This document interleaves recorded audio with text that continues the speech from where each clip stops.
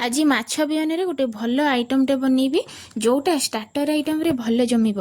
माछ बिहन रे आपण माने बड़ा करिकी सबले खाउचंती, एथरक माछ बिहन रे कटलेट करी खाआंतु। देखिबे थरे खाइले सबुबेले खाइबा को इच्छा करिवे।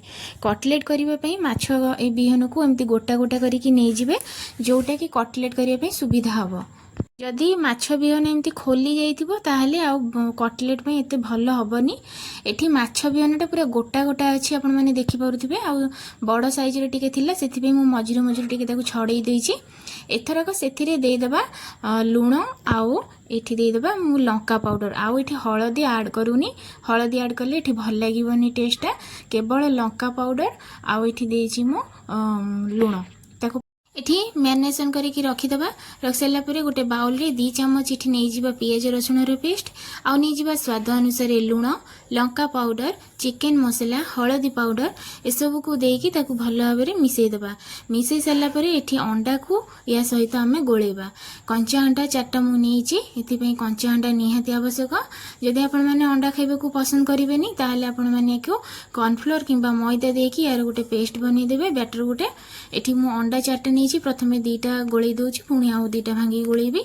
आपण माने एठी कहबे जे पियाज रसुण रो पेस्ट आमे बिहन रे भी गोळेइबा, किंतु बिहन रे गोळेले जितेबेले आमे कटलेट करिबा काहे कि एठी बिहनटा गोटा गोटा रहइबो, जोटा कि एते भाजी हबो नै मसलाटा, आ कंचा कंचा लागिबो भीतर पट, सेति पई आ भल लागिबोनी।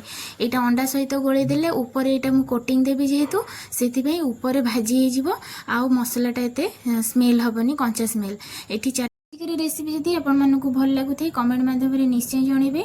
आउ जदि आपण माने मो चैनल रे नुआ अछंती चैनल को सब्सक्राइब कर देबे। जदि मते फेसबुक पेज रो देखुथांती ताले पेज को मोर फॉलो कर देबे।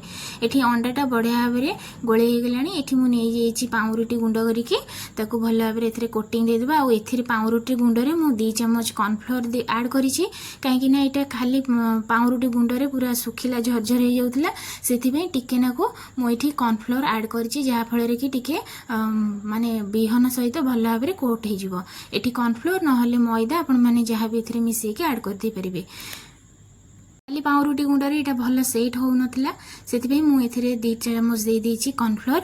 आपण माने जदि सेट होउथबो ताले आपण माने पाउरुटी गुंडा को देबे, नहले आपण माने मैदा किंबा एमती कॉर्नफ्लोर मिसेई के आपण माने सेथिरे नै कि भी दे परिबे, बढ़िया लागिवो खाइबा पई।